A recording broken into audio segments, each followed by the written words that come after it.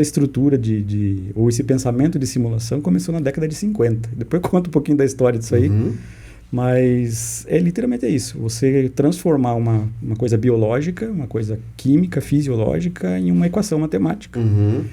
E aí você começa a literalmente brincar. Se eu der mais água, se eu der menos água, se eu der mais temperatura, se eu tirar a temperatura, você consegue fazer o que quiser dentro desse programa, né? De uma série de programas, na verdade. E dentro dessa série de programas tem as variáveis todas, tipo clima, vento, época do ano, quantidade de sol e chuva.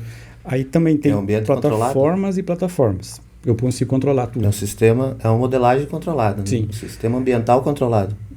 Se a gente pegar a história da modelagem, ela começou na década de 50, com os primeiros estudos de fisiologia, né? De entender como que a planta faz fotossíntese, basicamente. Só que eram modelos bem simples. Simulavam só isso. Aí um cara falou, bom, se eu estou simulando fotossíntese, eu posso simular água, porque a água interfere em fotossíntese. Então o cara foi lá e construiu um outro modelinho para simular a água, mas eles não estavam se conversando.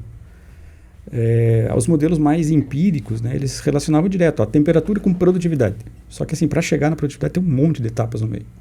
Então ao longo da história o pessoal foi fragmentando isso aí. E foram construindo um modelo para respiração, um modelo para fotossíntese, um modelo para acúmulo de fotossimilados, e depois isso foi se somando. Hoje existem programas que são nada mais do que um compilado, um grupo de modelos lá dentro, que eles rodam simultaneamente. Isso começou por causa de uma guerra comercial agrícola na década de 60. Os russos, eles iam ter uma quebra de safra de trigo muito grande. E eles sabiam disso. Eles não iam ter trigo para abastecer a população deles. Para não alertar e não gerar uma crise, preço subir, eles começaram a anunciar para o mundo que eles iam ter uma super safra. Eles começaram a vender, cara, vamos ter trigo, que não vamos saber o que fazer com trigo. E, cara, isso desestimulou muita gente, né? Vai estar sobrando trigo. Só que eles entraram no mercado comprando trigo, inclusive trigo dos americanos na época. E os americanos, não vai estar sobrando trigo lá para frente, vamos vender. E venderam para os russos, sem saber. Quando chegou a época de colheita mesmo dos russos, eles anunciaram para o mundo que a safra deles tinha sido uma porcaria. E eles estavam com todo o trigo com eles. Então, se imagina como é que o pessoal lá dos Estados Unidos, né, plena Guerra Fria, ficou faceiro com esses camaradas. E dali surgiu ordem mesmo, assim. O Ministério da Agricultura deles, né, o USDA. Cara, como que a gente sabe o que os russos de fato vão colher? E ali começou. Começou com Guerra Fria. Foi aí que... Aí começou, porque eles queriam saber o que o inimigo deles ia produzir. Mas a produção não ia ser boa lá na Rússia por fator climático. Climático, né? Então aí eles começaram, os modelos de clima, aí eles começaram a pôr na mesa, os modelos de produtividade foram os primeiros que surgiram aí. Então dessa sacanagem aí que os russos fizeram é que a coisa começou mesmo. Aí teve incentivo do governo, foi linkado já com NOAA, começou uma série de atividades para o quê?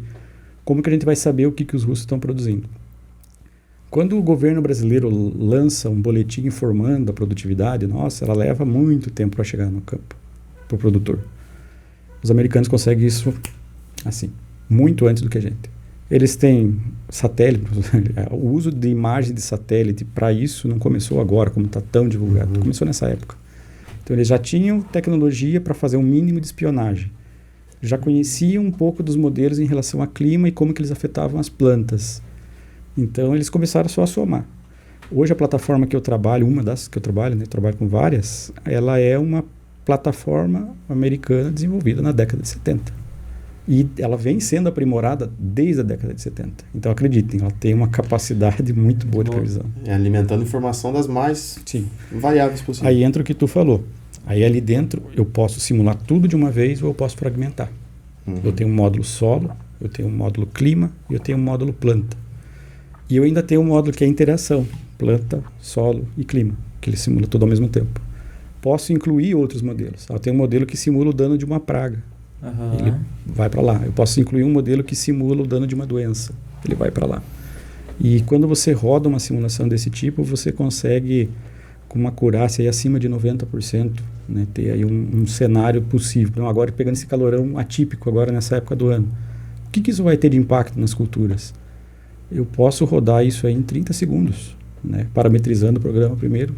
30 segundos para ser exagerado, porque você vai ter que configurar algumas coisinhas ali. Mas é muito rápido de fazer.